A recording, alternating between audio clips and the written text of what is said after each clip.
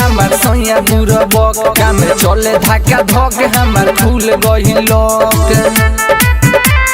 ए सखी बा बउआ दी के हक हमार सैया बुरबक काम चले धाका धक हमार खुल गई लक। राती में रोज रोज पलंग हिलता प्यारे से प्यारे वाला फूल खिलता सखी धीरे धीरे रे सखी धीरे धीरे देवरे से दिल मिलता रे सखी धीरे धीरे देवरे से दिल मिलता रे सखी धीरे धीरे देवरे से दिल मिलता।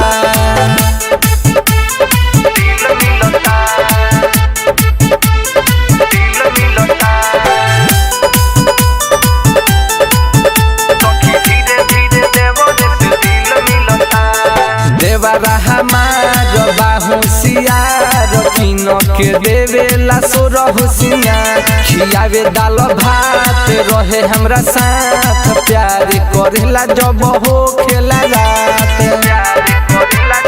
सुनो देवरा हमार बाहुसियार किन के देवेला सोरह सिंगार खियावे दाल भात रहे हमरा साथ प्यार करेला जब हो खेला रात। बाहरा से सोया खाली बात ढिलता हमरा जमनिया के इहे लीलता सखी धीरे धीरे रे सखी धीरे धीरे देवरे से दिल मिलता रे सखी धीरे धीरे देवरे से दिल मिलता रे सखी धीरे धीरे देवरे से दिल मिलता।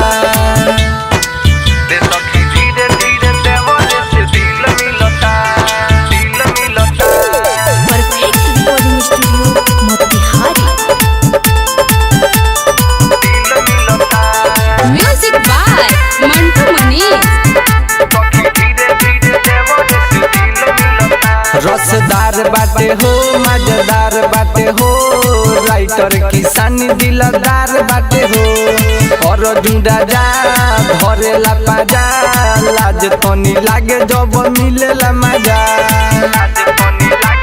अरे बड़ी हेवी बा हो रसदार बाटे हो मजेदार बाटे हो राइटर किसानी दिलदार बाटे हो और जुड़ा जा धरेला पाजा लाज तनी लागे जब मिलेला मजा।